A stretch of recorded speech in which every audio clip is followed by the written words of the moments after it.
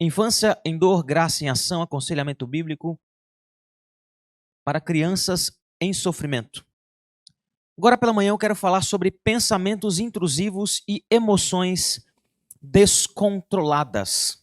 Quando nós falamos de pensamentos e emoções, frequentemente o senso comum nos impele a pensar que são coisas completamente diferentes. Tanto que se você pesquisar assim, emoção e razão na internet, vai aparecer um coração brigando com o cérebro, sabe? Parece que são duas categorias diferentes, partes diferentes de você que estão brigando, que estão tensionando. Sabe aquela brincadeira antiga de cabo de guerra?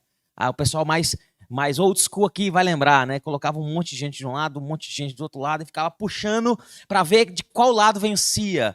Às vezes nós temos a impressão que os pensamentos e as emoções, ou o intelecto e as nossas afeições, são coisas como um cabo de guerra. De um lado puxa o intelecto, a razão, e do outro lado puxa a emoção, e de vez em quando as emoções ganham e a gente faz besteira, é impulsivo, e aí as coisas de ruins acontecem em consequência disso, mas de vez em quando o intelecto vence, e aí, rapaz, aí eu fiz o que tinha que fazer, hein? Venci. Mas meus irmãos, eu quero mostrar para vocês que os pensamentos ou o intelecto estão mais envolvidos com as emoções do que nós imaginamos. E é por isso que na minha lição dessa manhã eu quero fazer várias definições e enriquecer o seu repertório para você compreender a si mesmo, mas não compreender a si mesmo segundo aquilo que é dito para você, mas é compreender a si mesmo segundo as Escrituras. Ninguém melhor do que o seu Criador para dizer quem é você. Mas ninguém melhor do que seu Criador para dizer como é você. Nós falamos bastante sobre identidade cristã, e está muito certo nós falarmos disso, que diz quem somos nós, mas também precisamos falar de funcionamento cristão, que diz como somos nós. É basicamente isso que eu quero falar com vocês.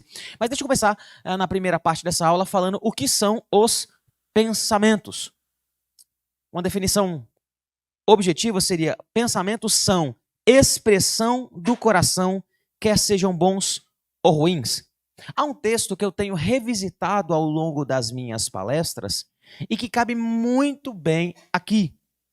Diz assim, Marcos 7, porque de dentro do coração das pessoas é que procedem os maus pensamentos, as imoralidades sexuais, os furtos, os homicídios, os adultérios, a avareza, as maldades, o engano, a libertinagem, a inveja, a blasfêmia, o orgulho, a falta de juízo. Todos estes males vêm de dentro e contaminam a pessoa. A ideia desse texto aqui é Jesus falando, dentro do contexto, mostrar que frequentemente nós somos o que somos, nós nos comportamos como nos comportamos, é isso que ele quer dizer com contamina a pessoa, por causa daquilo que está dentro de nós. E é de dentro de nós, daquilo que nós chamamos de coração, é que vêm os maus pensamentos. Porém, não apenas os maus pensamentos. Dentro de nós, do nosso coração, vêm todos os pensamentos. Frequentemente, Jesus estava pregando, ensinando, e os religiosos, os fariseus, escribas, o texto bíblico vai dizer que eles arrazoavam, raciocinavam no coração. E tem textos bíblicos que vai dizer, mas Jesus, conhecendo-lhes o coração, ia lá e os confrontava, os desafiava. E isso é importante para nós entendermos, porque frequentemente a figura das emoções está associada ao coração, mas a figura do intelecto, dos pensamentos, está associada ao cérebro, mas isso não é uma verdade quando nós falamos das Escrituras. Não é. E quando nós falamos daquilo que é conhecido como pensamentos intrusivos, eles também vêm do coração, porque o texto bíblico diz que é do coração que vêm os maus pensamentos. Se você nunca ouviu falar de pensamento intrusivo, deixa eu apenas fazer uma pesquisa de campo aqui. Quem nunca ouviu falar dessa expressão pensamento intrusivo, por favor, levante a mão. Poucas pessoas. Mas deixa eu explicar para vocês o que é um pensamento intrusivo.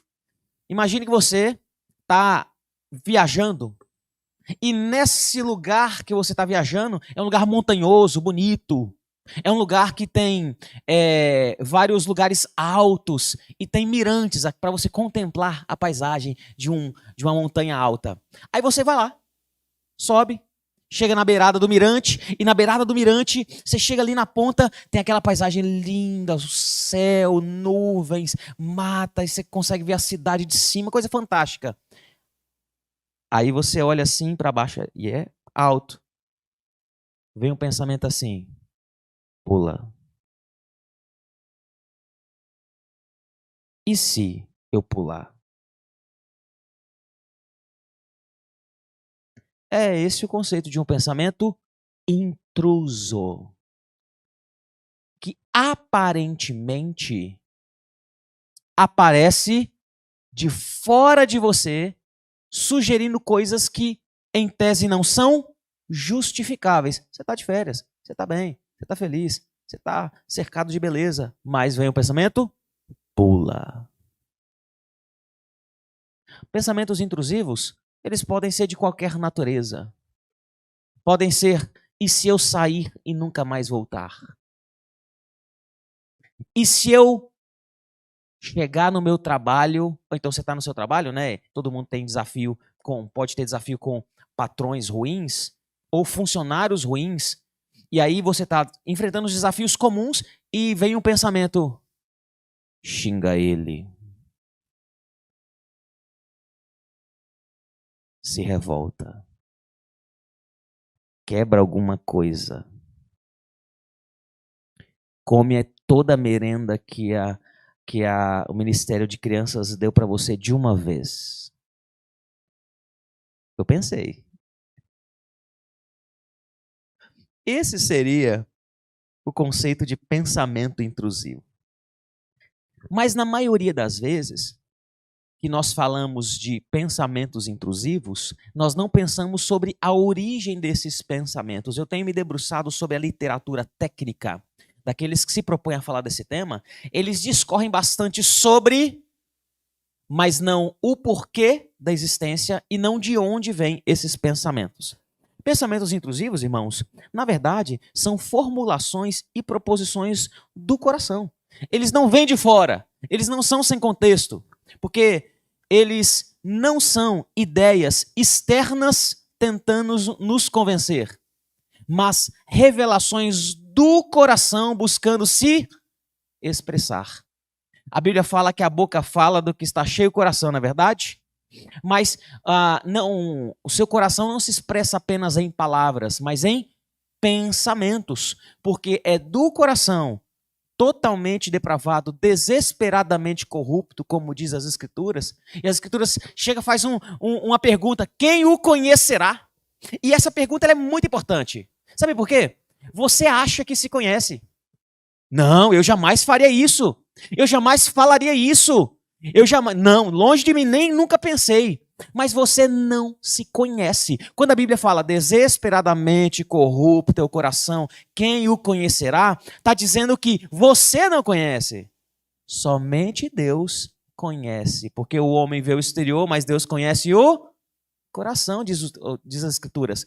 O meu ponto aqui é dizer que nós temos muito pouco conhecimento sobre nós mesmos. É por isso que as circunstâncias, elas não nos tiram de nós. Eu dou esse exemplo porque ele é muito bom. Sabe quando você faz alguma coisa e depois você tem que pedir perdão para outra pessoa e diz assim: eu estava fora de mim, sabe? Eu trabalho, eu não estou legal, eu estava com fome. Eu saí de mim, pastor.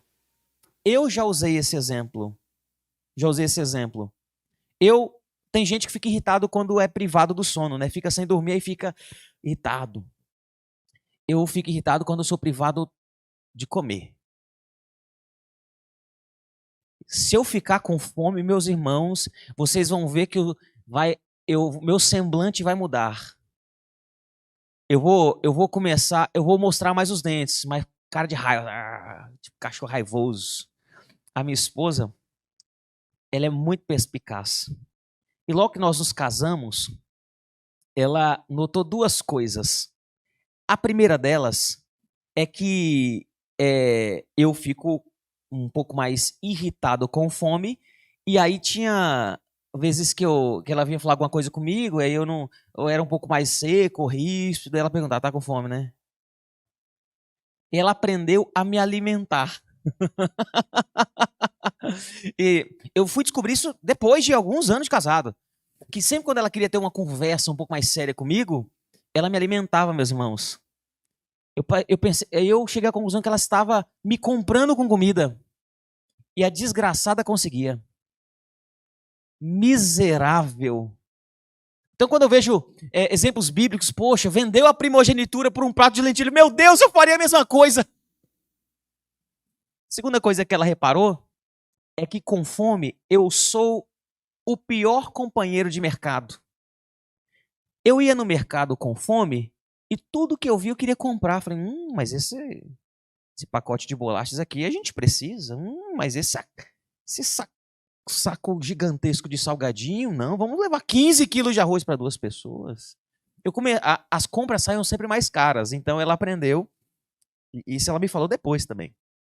Ela aprendeu que antes de nós sairmos para fazer compra juntos, nós nos alimentávamos, e aí eu ia tranquilo, na paz do Senhor, dando aleluia, glorificando a Deus nos corredores, cumprimentando os atendentes, evangelizando o povo, brincando com as crianças, ponderando as compras. É um mundo muito feliz depois que eu me alimento. Mas o meu ponto não é que a fome me transforma. A fome me revela. Eu não sou apenas o cara irritado, mas eu também sou o cara irritado. O meu coração é revelado através das circunstâncias. E o seu coração é revelado através das circunstâncias. Quer você manifeste isso em ações, ou quer você manifeste isso em pensamentos. E pensamento nas Escrituras importa.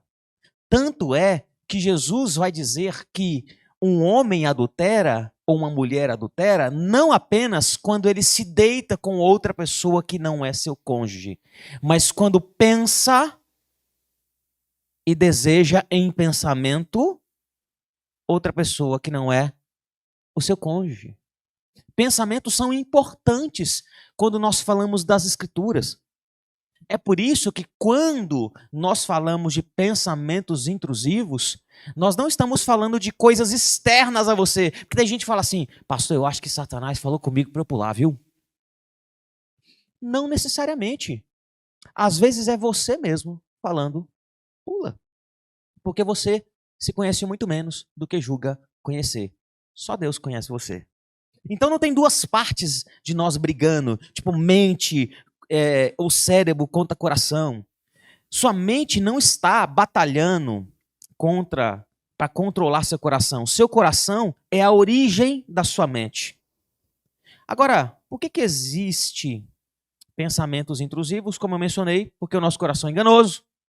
Mais do que todas as coisas, inclusive você se engana achando que é melhor do que é mais justo do que é mais bonito do que é mais digno do que é mais capaz do que é mais merecedor do que é. E nesses auto-enganos nós vamos formulando pensamentos acerca das outras pessoas, acerca da realidade e acerca de nós mesmos que vão vindo do coração, esse coração que é desesperadamente corrupto.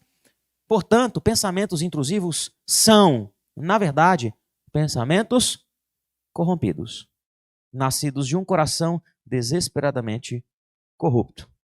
Está aí o que são os pensamentos. Agora, quando nós falamos de emoções, o assunto é um pouco mais sofisticado. E não ter clareza sobre as emoções pode nos fazer assumir uma visão equivocada da realidade, tá? Para explicar o que são as emoções, deixa eu começar explicando primeiro o que não é. Porque quando nós falamos de emoções, nós temos muita confusão envolvida, principalmente na nossa geração, que enfatiza o aspecto emocional e afetivo. Se você voltar na história da humanidade, houve um tempo que se valorizava excessivamente o aspecto intelectual. Afinal de contas, nós tínhamos filósofos que poderiam dizer, penso, logo... Logo, o aspecto intelectual está sendo o que é mais importante na existência humana. Porém, O pêndulo da história mudou e hoje está no aspecto emocional. Se no passado era penso, logo existo, é sinto, hoje é sinto, logo existo. Porque as nossas decisões não são mais ditadas por princípios éticos e nem intelectuais, como no passado. As nossas decisões hoje são ditadas pela nossa afetividade, pelo que a gente sente. Como você se sente acerca do seu corpo, como você se sente acerca do seu relacionamento, como você se sente acerca do seu casamento, como você se sente acerca da igreja, como você se sente acerca do culto. E a gente usa isso na linguagem, percebe? Alguém pergunta assim, e aí, como é que foi o culto hoje? Nossa, eu me senti bem demais. Né? A nossa linguagem, o nosso vocabulário, ele dita a maneira como a gente pensa. E, frequentemente, nós usamos os sentimentos como parâmetro. Pais que chegam nos filhos, eles vão dizer, como é que você está se sentindo? Aconteceu alguma coisa, o filho pequeno chega da escola e conta alguma coisa, tá, mas o que você se sentiu com isso? Percebe que a nossa ênfase está nas afeições, nos sentimentos, e é porque nós falamos muito, mas entendemos pouco. E é por isso que eu quero começar dizendo o que não são as emoções, para tentar deixar um pouco mais claro o horizonte para nós podermos olhar mais longe. Emoções não são temperamento. A teoria dos temperamentos, ela é antiga. Alguns historiadores datam que a teoria dos 4 temperamentos data desde os tempos pré-socráticos. Eles acreditavam que as pessoas tinham humores. E deixa eu falar uma coisa para você. Humor, quando a gente fala hoje, a gente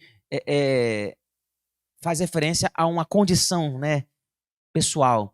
Mas humor na idade, ou melhor, no pensamento pré-socrático e socrático, eram fluidos que estavam dentro do seu corpo e que esses humores, quando eles se movimentavam, mexiam com as suas sensações. Uma pessoa que estava de mau humor significa que ela tinha fluidos ruins dentro dela e aí você tinha que regular os humores. Como que se fazia isso naquela época? Através de uma técnica chamada sangria. Isso mesmo. Tirava um pouco de sangue, às vezes muito, para ver se você dava uma estabilizada. Sabe o que é pior? Eles achavam que isso funcionava. Porque não sei se você já doou sangue. Você doa sangue, você sai de lá meio fraquinho, sabe? Sai de lá. Aí o pessoal fazia sangria e falava ali, ó, recuperou o bom humor. Porque a pessoa tá mais calminha. Não, ela estava fraca mesmo, você tirou sangue pra caramba. Mas era a crença daquele tempo. Com o passar do tempo, essa teoria dos humores, ela foi sendo revisada, e aqui no Brasil, ela foi popularizada entre os evangélicos através de um livro chamado Temperamentos Transformados. O livro,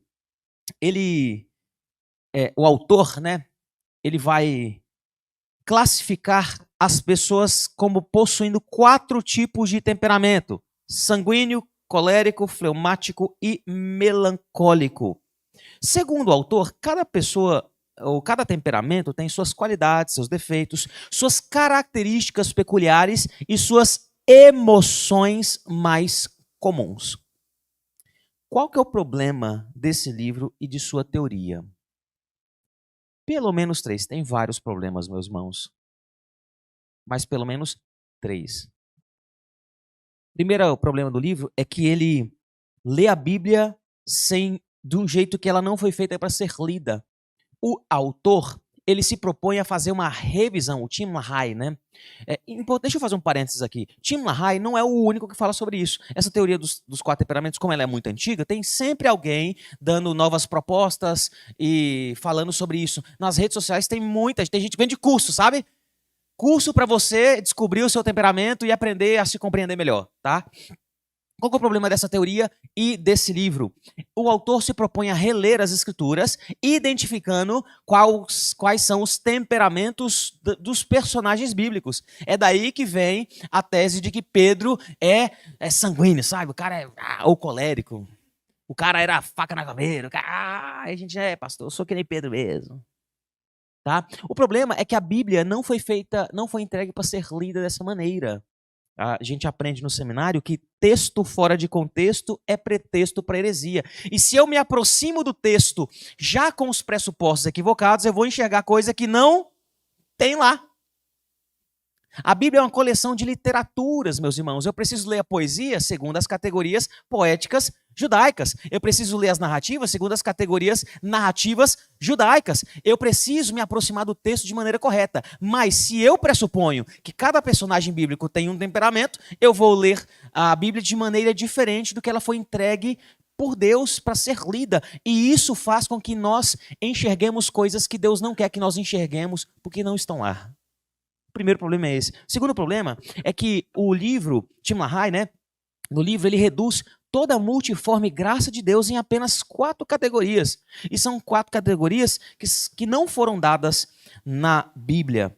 E com o tempo, as pessoas passam a ser estereotipadas com seu temperamento, não sendo vistas como pessoas singulares.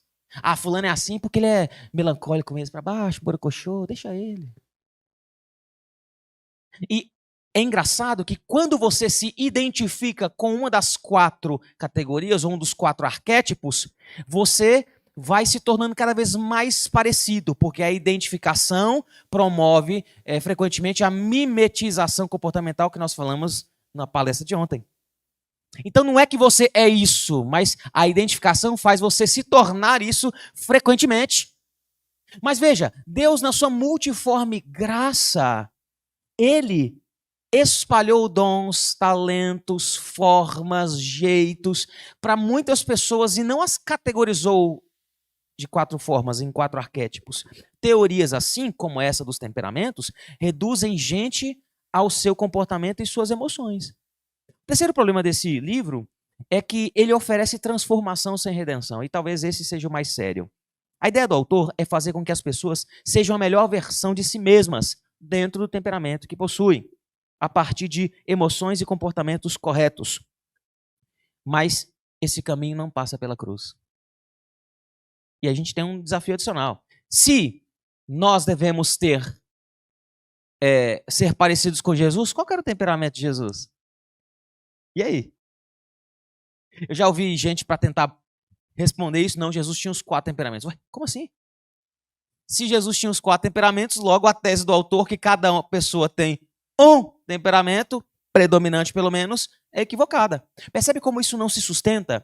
Então, enxergar as nossas emoções, tentando enquadrá-las em arquétipos, em modelos temperamentais, pode ser uma formulação curiosa da cultura e da história, mas certamente é desumanizadora, segundo as Escrituras. Eu não quero ver você através da lente do seu possível temperamento. Eu quero ver você por você. Porque aí eu não passo a alimentar expectativas que sejam para além de você, tá me entendendo? Eu acho que é injusto conosco. E certamente não é propósito de Deus. Uma emoção também não é química cerebral apenas. Nós temos discutido isso. Por que eu digo isso? Aqueles que acreditam que as emoções estão no cérebro, na bioquímica cerebral. Essas pessoas, elas entendem que se a química do cérebro for ajustada, então as emoções serão tratadas. Isso é verdade?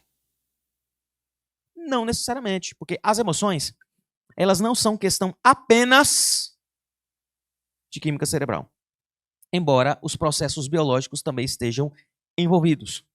Sua mente é um construto físico-químico cerebral. Não, se a mente é um construto físico-químico cerebral, medicamentos deveriam ser suficientes para tratar os nossos pensamentos e as nossas emoções, mas frequentemente eles não são suficientes. É porque emoções não podem ser encapsuladas.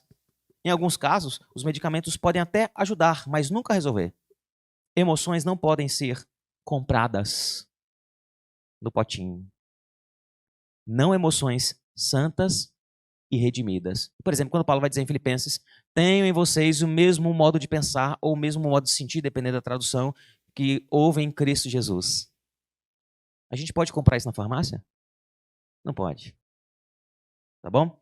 A emoção não é uma linguagem. E quando eu falo de linguagem, sim, eu estou citando as 5 linguagens do amor. Esse livro, meus irmãos, é um fenômeno dentro do meio evangélico. Fenômeno. Segundo o autor, Gary Chapman, e não apenas segundo ele, porque esse é um dos conceitos que é popular no meio evangélico, mas é pop, tem influenciador que não é religioso falando sobre isso, nas redes sociais e gente escrevendo sobre isso. Segundo Gary Chapman, cada pessoa possui uma espécie de tanque de afeto que é enchido por amor. O problema é que cada pessoa entende amor de uma maneira, entende amor numa linguagem. Então, nós temos que descobrir qual é a forma que nós nos sentimos amados e que a outra pessoa se sente amada. Ou seja, eu preciso aprender a falar o idioma, a linguagem, para comunicar emoções a ela. Porque sem isso ela não vai entender e não vai surtir o efeito desejado. Qual é o problema desse livro e dessas linguagens? O primeiro deles é que ele desconsidera a seriedade do pecado. Pense comigo, se o livro vai dizer que você precisa aprender a linguagem do seu cônjuge, do seu filho, por assim e assim em diante, para que você comunique amor ou sentimentos, afeições a essa pessoa, certo? E quando essa pessoa receber essa comunicação na linguagem dela, ela vai encher o tanque de amor, de sentimentos, de afetos, certo? Presta atenção. Alguém pode falar o que você quer ouvir, fazer o que você quer que faça, agradar você do jeito que você quer ser agradado, não porque te ama, mas exatamente porque te odeia. Quando nós lemos a descrição da mulher adúltera no livro de Provérbios, a mulher adúltera é aquilo que fala que o cara quer ouvir. Seduz ele. Agrada a ele. Poderíamos dizer que a mulher adúltera ali em Provérbios está falando a linguagem do amor do jovem rapaz, leitor do livro de Provérbios. Mas não porque o ama, mas porque quer tirar proveito dele. O livro, A Simples Linguagem do Amor, desconsidera a seriedade do pecado, porque alguém pode falar o nosso idioma sem nos amar. Sabe por quê, meus irmãos? O amor não tolera injustiça. E frequentemente amar não é dar o que a outra pessoa quer ou gosta, mas o que ela precisa. Bons pais, por exemplo, não é que mimam seus filhos. Bons pais é aquilo que dão aos filhos o que eles precisam. Nem seu filho sabe o que ele precisa. Mas você precisa lá e ir lá não. Não, é sim, essa hora não, isso aqui nunca, isso aqui talvez. Porque você o ama. O segundo problema desse livro é que ele exclui o evangelho. Porque o livro trata o amor mais como uma dinâmica necessária para a manutenção dos relacionamentos do que o resultado de um coração transformado. Eu só preciso aplicar a técnica. É por isso que tem curso de linguagem do amor sendo vendido na internet. Tem uns mais baratos, outros mais caros, depende da fama do professor. Na semana que antecedeu a minha vinda para cá, eu sempre faço algumas pesquisas de campo, né? E eu achei pelo menos uns 5 cursos sobre linguagens do amor, para salvar casamento. Tinha um lá que era R$ 99,90, bem acessível, mas tinha um lá que era R$ 699,90. Mas pense comigo, a pessoa no desespero, o casamento está em crise, ela pensa, é um investimento para a vida inteira, eu vou pagar, passa em 10 vezes. Porque, segundo o proponente, vai falar assim, olha, eu estou vendendo o curso aqui para você aplicar essas técnicas e olha na palavra das pessoas, da pessoa. Se você aplicar essa técnica, certamente a pessoa vai voltar a te amar.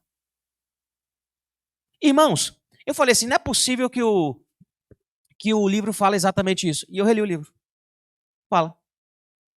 Não com essas palavras, obviamente, mas ele trata o amor como uma dinâmica necessária para a manutenção e que com a correta aplicação da linguagem,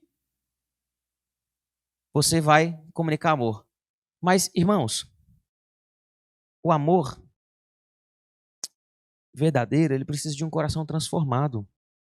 Mas, segundo o livro, aplique apenas o método. Não é necessário evangelho e redenção. O terceiro problema do livro é que ele desconsidera a dimensão divina do amor. A Bíblia fala que Deus é amor. E se tivesse uma linguagem de amor, é Deus quem definiria essa imagem, não as minhas preferências. Se Deus é naturalmente, ontologicamente amor, é Ele quem definiria esse tipo de coisa, e não aquilo que eu gosto, não as preferências humanas. Veja, eu não estou dizendo que o livro não possa ter, não possa ser inteligente, porque uma das características de livros que se tornam bem vendidos é que eles podem, o autor é bom. Eu leio uns livros que eu discordo completamente, mas é tão bom. Tem alguns autores que eu leio assim, meu Deus, que cara doido, mas escreve bem demais.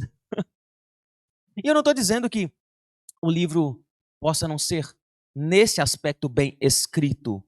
Eu estou dizendo que ele é, no mínimo, impreciso, se não problemático. E eu dou um exemplo. Tem alguns lugares que ensinaram esse livro para poder enriquecer os casamentos. Esses casamentos que foram enriquecidos por esse livro voltam a ter problemas.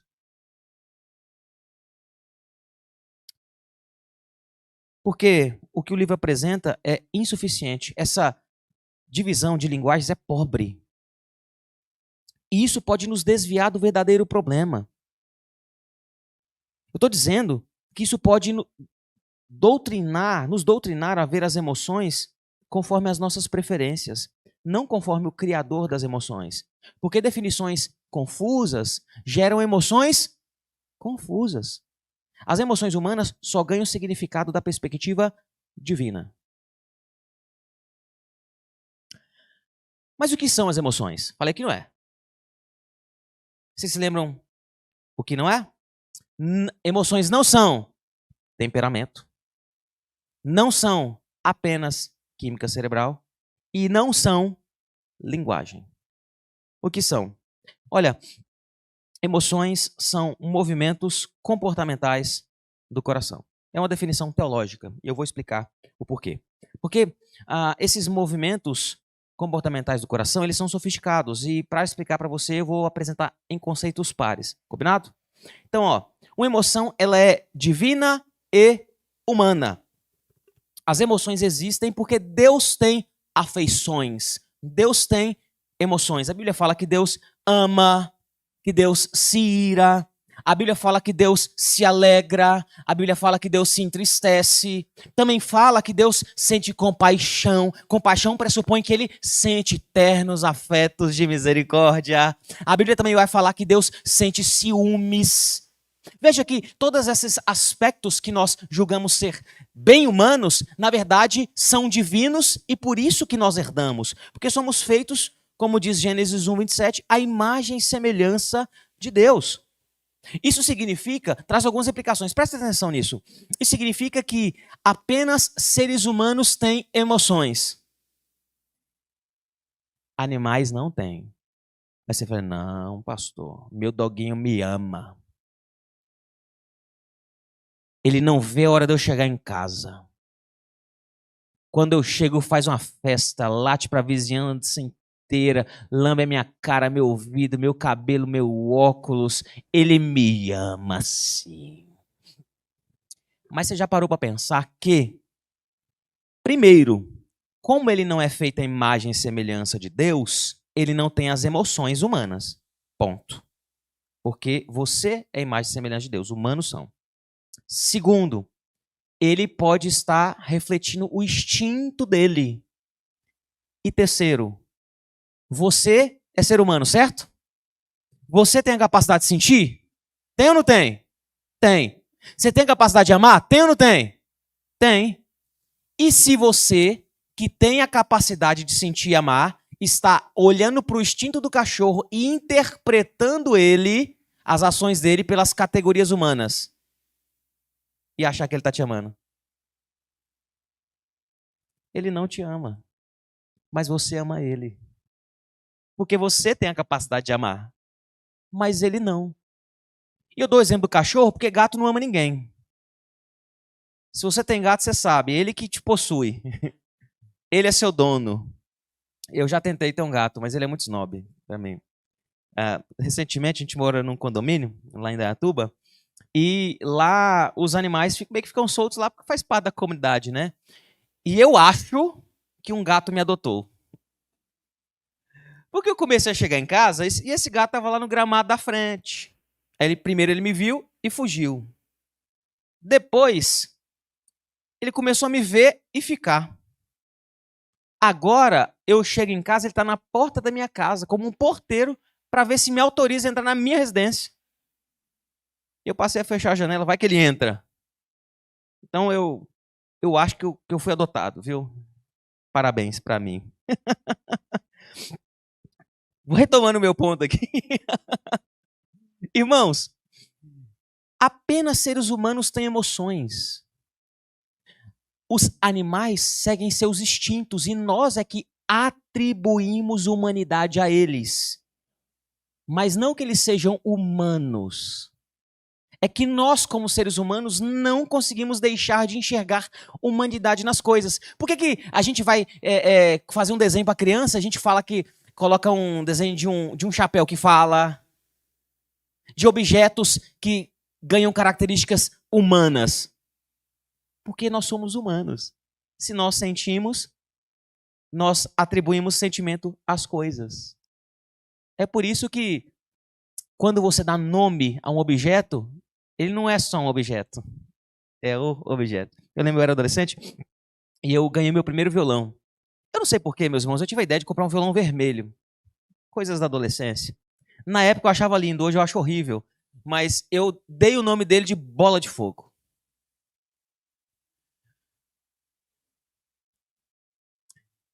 E... não tem jeito de falar isso de uma maneira boa, mas... o Bola de Fogo não era um qualquer violão. Ele era o meu violão. Eu amava ele. Minha mãe disse que eu até conversava com ele, mas eu vou negar isso até a minha morte. Mas ele não podia corresponder. E esse é o meu ponto. Objetos, animais, simplesmente não podem corresponder você. O problema é que tem seres humanos amando mais as coisas do que as pessoas, canalizando suas afeições para os animais, ao invés de se entregar a gente. Tem pessoas que deixam de ter filhos para se tornar pai de pet por causa disso, mas isso vai ser insuficiente. Sabe por que é mais fácil ser pai de pet? Porque o pet não te desafia moralmente, mas é porque ele não tem um coração. E por fim, você vai se tornar insatisfeito.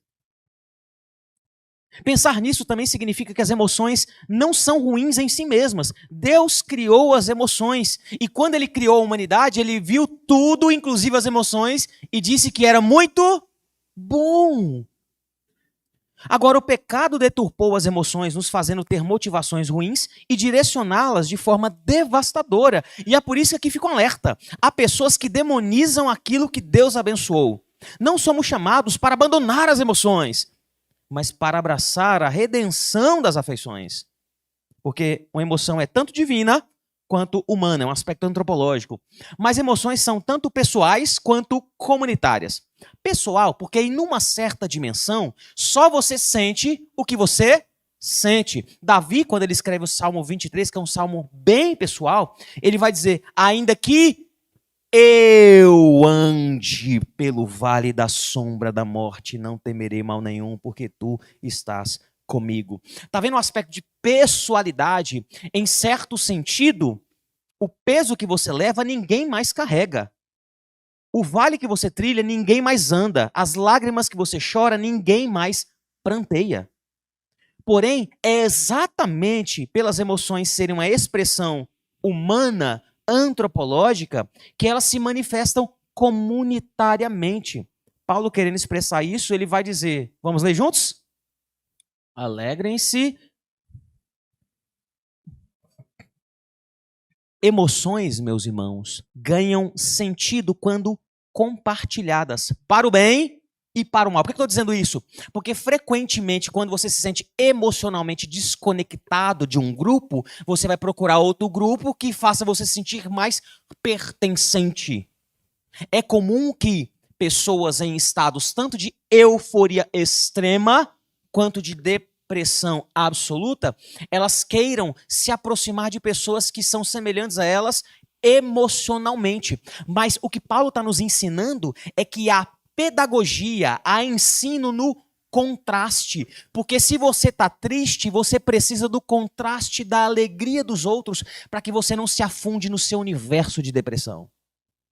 Mas se você está eufórico, você precisa da tristeza dos outros para que você não se anestesie no seu universo de entretenimento, percebe? Nós contrabalanceamos as nossas afeições em comunidade. Sempre foi plano de Deus. Porque com Deus você pode expressar suas afeições numa dimensão, mas tem dimensões das nossas afeições que só são expressadas comunitariamente. Além disso, é em comunidade que os problemas são trazidos à tona e temos oportunidade de tratar o coração. Tem coisa que você só descobre sobre si mesmo quando sua paciência é testada pelo seu irmão amado. Glória a Deus. É. Tem coisas que você só aprende em comunidade. Mas talvez você pense, não, cada um reage de um jeito. Mas eu preciso dizer para você que todos têm algo em comum. Tem um livro que se chama The Cry of the Soul, Clamor da Alma. É um livro de antropologia sobre emoções. Os autores vão dizer, embora os sentimentos pareçam imprevisíveis e irracionais, eles não são aleatórios e sem propósito. Pessoas diferentes podem se expressar de maneira diferente, mas como todos somos seres humanos em convívio comunitário, compartilhamos alguns padrões previsíveis. E segundo ele, nessas interações comunitárias, nossas emoções, elas podem se basear em respostas à forma como nós lidamos com as outras pessoas. E essas respostas frequentemente são pecaminosas. Só isso daqui que eu vou dizer para você, precisaria de uma palestra inteira, mas eu vou apenas mencionar para mostrar para você como que é possível categorizar. E deixa eu fazer uma observação aqui. Os autores desse livro, eles baseiam a sua análise sentimental das relações humanas através de um estudo muito minucioso e muito adequado do livro dos Salmos, que é um livro bem emocional. E ele vai dizer que, frequentemente, nossas emoções são manifestadas em movimentos relacionais que podem ser de ataque, ausência ou amor. Os movimentos de ataque são quando as pessoas se movem contra nós, os movimentos de ausência quando as pessoas se afastam de nós, e os movimentos de amor são quando as pessoas se aproximam de nós. E nós podemos responder isso com luta ou com fuga. Deixa eu mostrar. Se alguém faz um movimento de ataque e você manifesta uma resposta de luta, você sente raiva. E a raiva realmente é assim. Sabe quando você se sente atacado? Você, não parece que a raiva assim, você está normal. Aí você se sente atacado e aí a raiva brota quase que instantaneamente. Tá! Basta você se sentir ofendido, atacado. Não significa que o ataque exista. Mas se você interpretar como ataque, você sente raiva. A resposta de luta quanto à ausência é ciúme. Alguém se afasta de você e você sente ciúme. A resposta de luta quando alguém se aproxima de nós, mas a gente luta contra a pessoa, ou seja, nós não queremos aquela aproximação, é desprezo. A palavra do nosso tempo seria ranço, sabe? Imagine que alguém te toque inadequadamente, sem ter a devida intimidade. Você, esquisito. Toques descontextualizados podem produzir isso, né? Dependendo do lugar do Brasil que você vai, as pessoas elas são mais afetuosas, vão te abraçar, vão dar vários beijos na sua bochecha, mas alguém que interpreta isso como sendo uma aproximação indevida, a pessoa você sai incomodado, sabe? Essas são as respostas de luta. Mas também tem as respostas de fuga. Se alguém se move contra nós em ataque e eu reajo com fuga, eu sinto medo. E se alguém se afasta de nós, e eu em ausência, e eu reajo com fuga, eu sinto desprezo.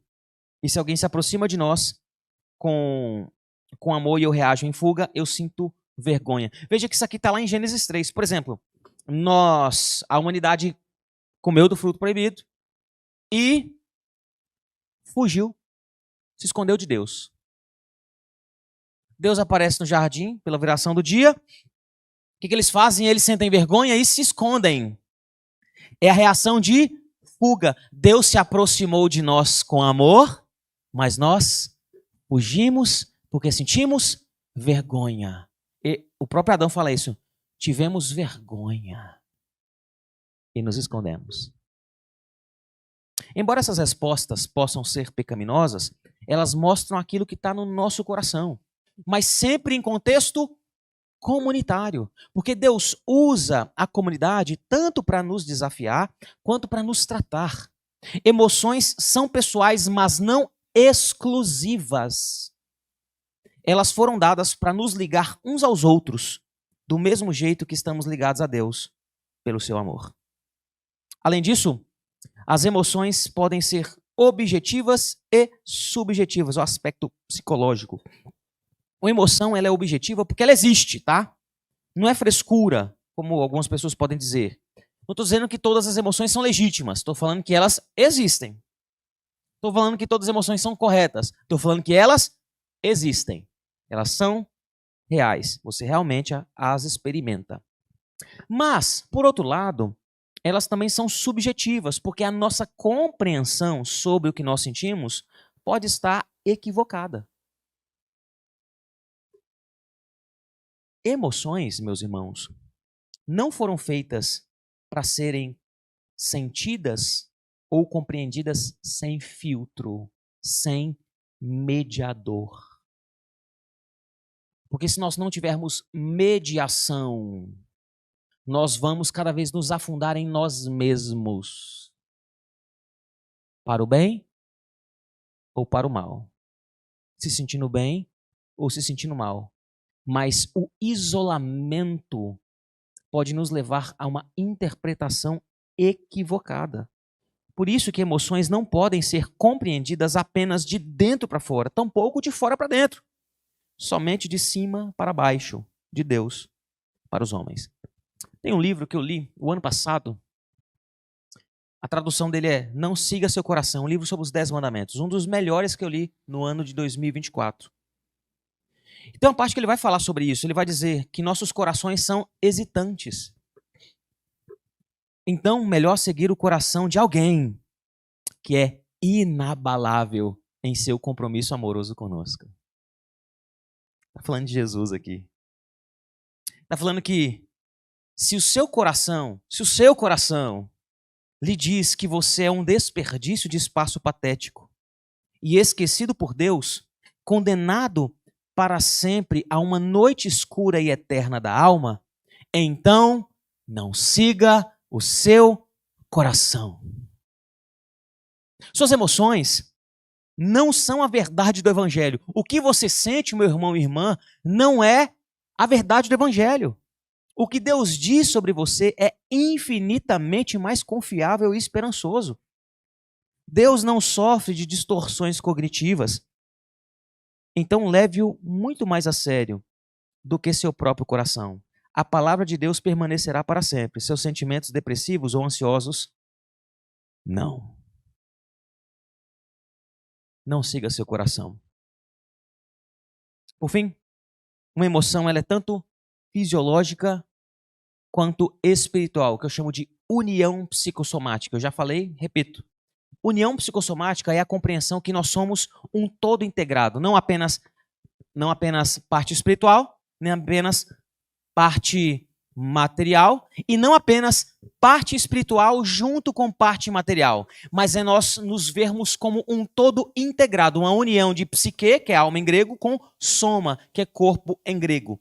Isso significa que você é o seu corpo também, e aquilo que você sofre no seu corpo se manifesta no seu coração e vice-versa. Quando a Bíblia fala sobre emoções, ela fala que o coração sofre e o corpo sofre. É por isso que eu cito novamente o texto que Davi, enquanto ele não resolvia questões espirituais do seu coração, enquanto ele não confessava os seus pecados, enquanto ele não se arrependia diante de Deus, enquanto ele andava com o coração carregado, o seu corpo padecia, se envelhecia. E tem gente que tem psoríase, queda de cabelo, rói unha, tem bruxismo, vai desgastando os dentes, tem problemas gastrointestinais, não é apenas por predisposição genética, mas pode sim ser o corpo manifestando em sintomas somáticos aquilo que a psique, que o coração está passando.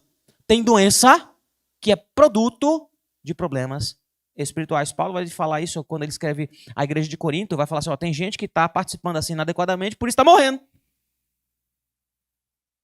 Às vezes você não perde a vida de uma vez, às vezes vai perdendo aos poucos. Você já conheceu alguém amargurado? A pessoa vai definhando aos poucos, sabe? O tempo vai passando e ela vai morrendo, morrendo. Ela abre a boca, só sai morte. É péssimo conversar com alguém amargurado, principalmente idosos que não trataram seu coração e o tempo vai passando e aquilo vai apodrecendo eles. Você compartilha uma alegria, vai falar, você viu que fulano casou? Ih, vai durar não.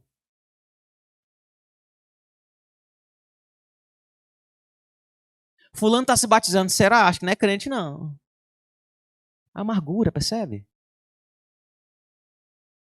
Isso tem algumas implicações práticas em pensar que nós somos uma união psicossomática. Primeira, tomar remédio sem tratar o coração é insuficiente. Tem gente que vai no médico rápido, mas não se ajoelha diante de Deus, mas se ajoelha diante de Deus devagar. Não funciona. Segunda implicação, em alguns casos talvez seja necessário sim tomar medicamentos para estabilizar a fisiologia e então tratar as questões do coração. Mas esses casos devem ser avaliados com muito cuidado e responsabilidade com bons profissionais. Terceira implicação, problemas espirituais geram problemas fisiológicos. E soluções espirituais podem gerar, sim, resultados fisiológicos. Como Trampan Longman e Dan Allender dizem, toda emoção, embora provocada horizontalmente, reflete, no entanto, algo sobre a dimensão vertical do nosso relacionamento com Deus. O que nos leva para o encerramento da nossa lição. E agora, pastor? Eu entendi que pensamentos intrusivos, na verdade, são pensamentos corrompidos do meu coração. Não vem de fora. Estava ali dentro e, opa, apareceu. Eu não me conheço. Eu entendi que as minhas emoções podem ser confusas e quando nós nos afastamos do Senhor, elas são confusas, mas que elas não são ruins em si mesmas. Elas são presentes do Senhor porque somos feitos à sua imagem e semelhança e se manifestam em várias dimensões. Como é que eu lido com isso?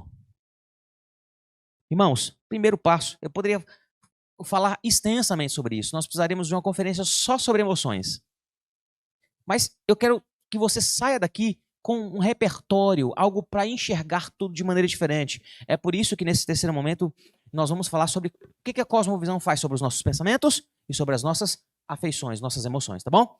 E eu quero citar o exemplo de Paulo. Paulo, quando ele escreve a carta aos Filipenses, ele estava preso.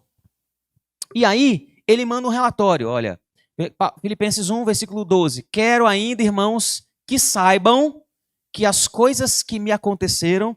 Veja, por que eu estou mostrando isso? Ele está querendo dar um relatório do que está acontecendo. Ele está preso, ele quer contar o que está acontecendo na sua prisão, ele quer dar ciência.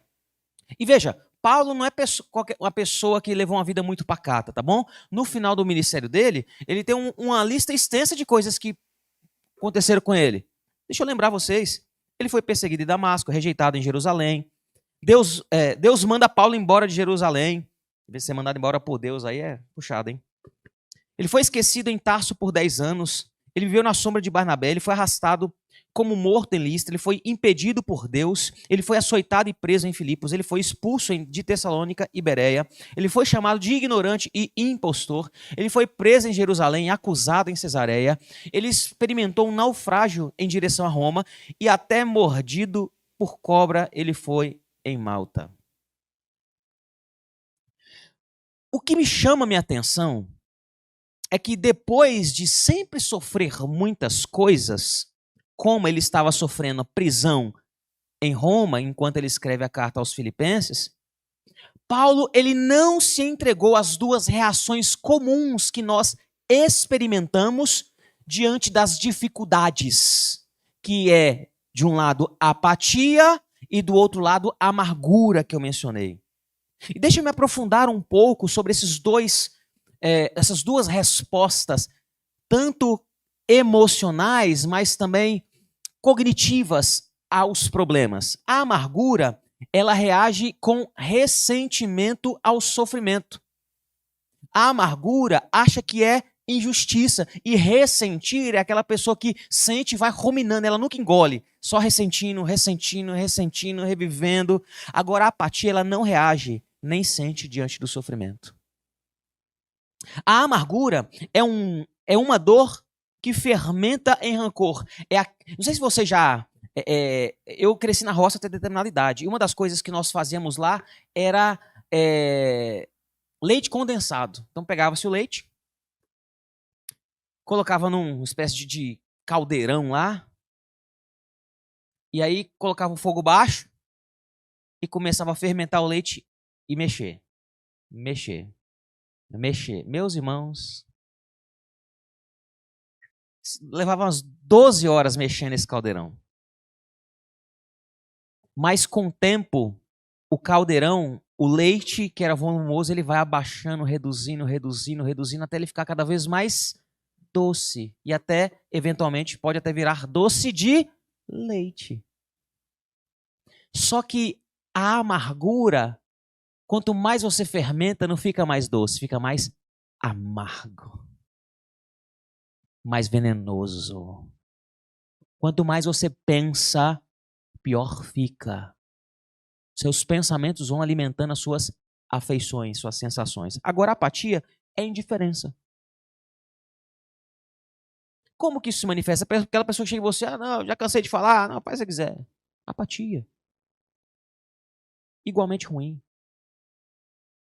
A amargura paralisa você por dentro, mas explode por fora, porque o amargurado, ele sempre abre a boca e sempre destila veneno. Sempre. Dei o exemplo aqui da pessoa que fala, você viu fulano casado? Ih, vai separar. Uhum.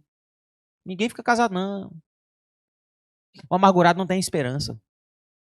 Mas o apático também não tem esperança, porque ele fica paralisado por dentro e se silencia por fora. Ele se torna uma planta. Alguém que está ali do seu lado, mas nunca está.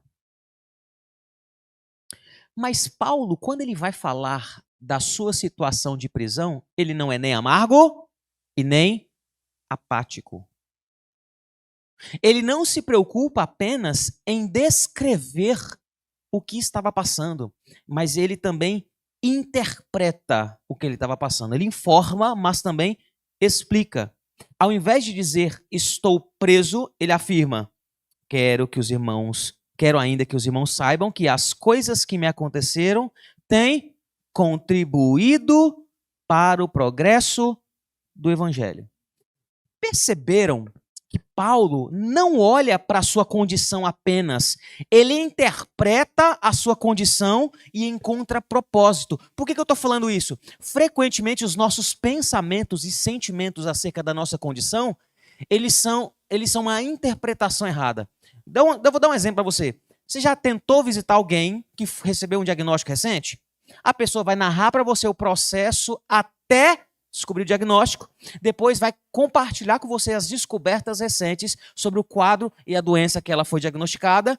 E vocês repararam que o que está por detrás disso? Nós realmente entendemos que nos informar bastante sobre a nossa condição patológica vai nos ajudar a lidar com ela. Paulo, ele não está negando a realidade da sua prisão. Ele está interpretando corretamente. Ele não está falando, não, gente, tô tranquilo. Não, ele está falando, estou preso. Porém, eu estou interpretando as minhas prisões como oportunidade para o progresso do evangelho. Ele fala menos da sua condição de estadia. Ele podia falar assim, olha, os presos estão, os guardas estão aí comigo, eu não consigo dar uma respirada sem ter alguém olhando para mim. Tem guarda que fica me enchendo o saco. Aqui tá frio demais. A comida é ruim. Ele poderia falar isso. É o tipo de coisa que a gente fala. Mas o pensamento e as sensações acerca da realidade é moldado pela cosmovisão dele. Porque fomos criados não apenas para reagir, mas para compreender. Não apenas experimentamos o mundo, interpretamos o mundo. A interpretação governa a experiência. Vamos repetir essa frase? A interpretação governa a experiência. Funciona assim. A sua interpretação vai governar aquilo que você experimenta. E a sua experiência vai filtrar a sua interpretação. Se a sua interpretação do seu casamento for equivocada, a sua experiência vai ser miserável. Se a sua interpretação sobre os seus filhos, sobre a razão deles existirem, sobre o que eles significam para você, for miserável, então a sua experiência vai ser ruim. Mas uma experiência santificada vai filtrar a interpretação. Não é a primeira vez que Paulo estava experimentando coisas ruins, mas ele sempre as experimentou diante de Deus. Ele tinha um referencial muito bem definido. Ele podia interpretar segundo a filosofia, segundo o direito, segundo a política, segundo a fisiologia, mas a interpretação de Paulo é teológica. Ele vê Deus por trás da sua prisão. Olha o que diz o versículo 3. A guarda pretoriana e todos os demais sabem que eu estou preso por causa de Cristo. Olha que legal. Ele não fala assim, Roma me prendeu, eu sou injustiçado. De fato era. Mas ele fala assim, não, foi Deus que me trouxe aqui. Eu não estou preso a Roma, eu estou preso a Jesus. Repito. Paulo não ignorava a dor. Ele apenas não dava à dor a palavra final. Deus tinha a última palavra, sempre. A gente chama isso na teologia de referência. Eu enxergo a realidade como tendo Deus como referência, não a minha experiência, não os meus sentimentos e não os meus pensamentos. E pensamentos estão bem relacionados com emoções. Tanto que Ricardo Barbosa escreveu: as emoções e os sentimentos decorrem dos nossos pensamentos e convicções. Vou repetir. As emoções e sentimentos decorrem, são um produto dos nossos pensamentos e convicções. A paisagem interior determina a paisagem exterior. Não são as realidades exteriores que nos desestruturam emocional ou espiritualmente, mas o julgamento que fazemos delas, principalmente o modo como cremos que Deus participa delas. É o mundo interior de cada um que irá definir a forma do mundo exterior no qual vivemos. Os fatos em si não são o problema, mas o modo como os interpretamos e a relação que eles têm com Deus e com a fé que professamos. Eu me lembro da história de um autor, lá em Uberaba, a cidade onde eu estudei na faculdade, e onde eu professei minha fé e fui enviado para o seminário. Na rua da igreja tem um hospital oncológico, que é um dos maiores do Triângulo Mineiro, chama Hélio Angotti. Mesmo com a igreja na rua do hospital, a igreja nunca se ligou de fazer um trabalho no hospital de capelania. Até que um diácono nosso lá, conhecido por ser sempre gracioso e contente no Senhor, ele foi diagnosticado. Irmãos, eu era aspira na época. Aspira é aquela fase que você está ali quase para ser enviado para o seminário. Eu me lembro do dia em que ele chegou para comunicar ao pastor que ele tinha sido diagnosticado com câncer. Ele falou assim, pastor, eu fui no médico aí e descobri umas coisas aí. Muito simples, muito humilde. Aí o pastor, o que aconteceu? Não, eu fui lá e tal. O pessoal falou que eu tô com a tal de leucemia aí. Aí nisso, Eu já me alarmei e o pastor também. E como é que você está? Não, pastor, agora eu vou ter que ir lá uma semana, toda semana, vamos colocar umas químicas lá no meu braço, uns venenos, mas Deus é bom, pastor, glória a Deus, vamos lá. E a gente, meu irmão, mas isso é muito sério. Não, mas Deus está no controle, pastor, fica tranquilo. E ele começou a fazer a quimioterapia semanalmente, ele ia lá, ou quinzenalmente, não sei. E nós visitávamos ele, né? Chegávamos lá e aí, pastor, e aí, aspira, final de aspira, e aí, aspira, tudo bem? Seja bem-vindo aqui, ó. Essa pessoa aqui, ó, tá vendo? Ó, falei de Jesus para ela, falei que Jesus é bom, orei por ela. Tá sendo uma benção esse negócio de leucemia, pastor. Glória a Deus. Essa leucemia é boa demais. Estou aqui, conheci todo mundo. Ouvi uma enfermeira chorando lá, cheguei, sentei do lado dela e falei, Deus é bom. Li a Bíblia, essa mulher chorou mais ainda. Falei de Jesus e eu vou levar ela para a igreja, pastor. Estou orando, ora por mim que eu quero pregar Jesus nesse hospital. Deus é bom, leucemia é bom demais. E na medida que ele foi caminhando pelo tratamento, o cabelo começou a cair, ele começou a ficar mais fraco. E eu me lembro de uma das vezes, ele estava muito fraco, não estava conseguindo andar mais. E a gente estava lá, e era difícil vê-lo naquela condição, porque nós sempre vimos ele com muita vida. E nós estávamos vendo a vida se esvaindo. E ele estava com o olho fechado assim, fazendo a quimioterapia. E quando ele viu que a gente estava lá, e aí, aspira, e aí, pastor? Hoje estou meio fraco aqui, mas já orei com as 3 pessoas aqui, pastor. Essa leucemia é boa demais, glória a Deus. Vamos conversar com a esposa dele. A esposa dele, diferentemente dele, infelizmente, era amarga. Eu falo assim, ó, seu Zé vai morrer, viu, pastor?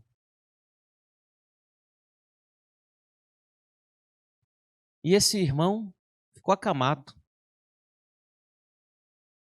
Nós íamos visitar ele. Ele falando, pastor, fica tranquilo, tá tudo certo. Tinha 10 anos que eu não via meus filhos vieram me visitar, glória a Deus, a leucemia é boa demais. Orei pelo meu filho, preguei Jesus, falei, ó, se eu morrer, eu vou para Jesus, e se você ficar? Pastor, meu filho se converteu, pastor. Liga para ele, põe ele na classe de novos membros. Essa leucemia é boa demais, ora por mim que eu quero falar de Jesus ainda.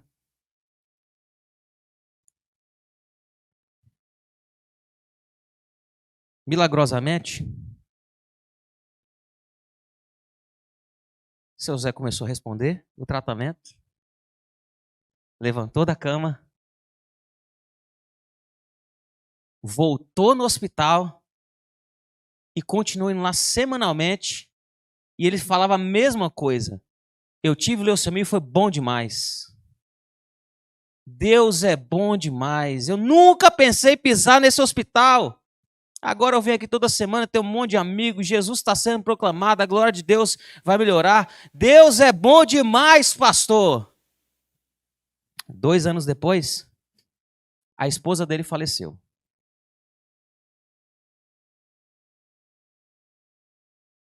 Moral da história: não fale mal do seu marido.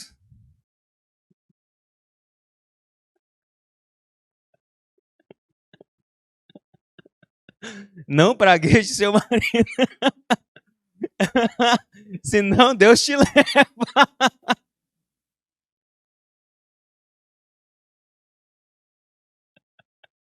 Irmãos, é óbvio que essa não é a moral da história. Podia ser.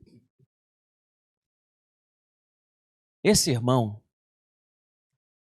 ele tinha pensamentos e sentimentos alinhados, porque a sua interpretação da realidade era factível, ele não estava descolado do que estava acontecendo. Mas ele estava muito mais preocupado com a glória de Jesus.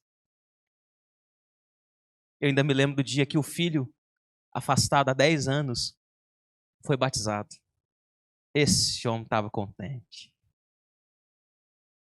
E ele pegou o microfone, ó, meu filho só está aqui porque Deus me deu leucemia, glória a Deus. É assim que nós lidamos com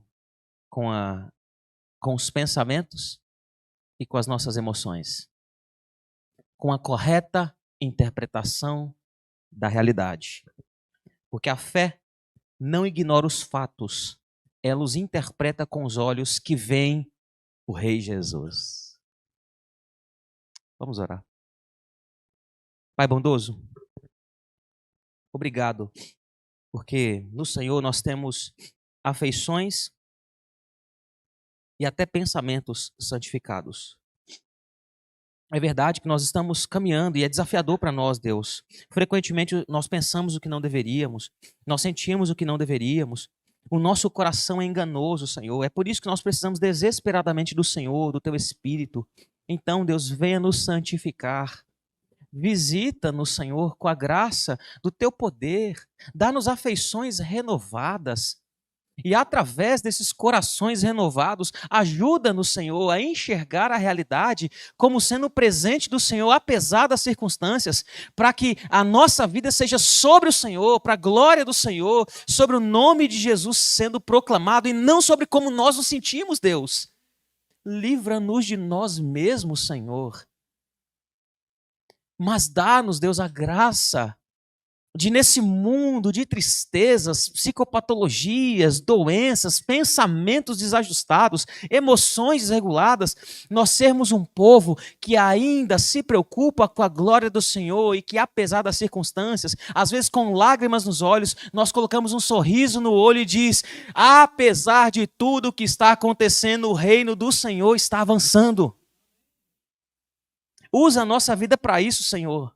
E, se necessário, leva-nos a lugar que nós não pisaríamos se não fosse o Senhor nos conduzir, ainda que seja o vale da sombra da morte, mas com a convicção que não precisamos temer, porque o Senhor se faz conosco. Essa é a nossa oração, pedindo que o Senhor nos santifique no nome de Jesus. Amém.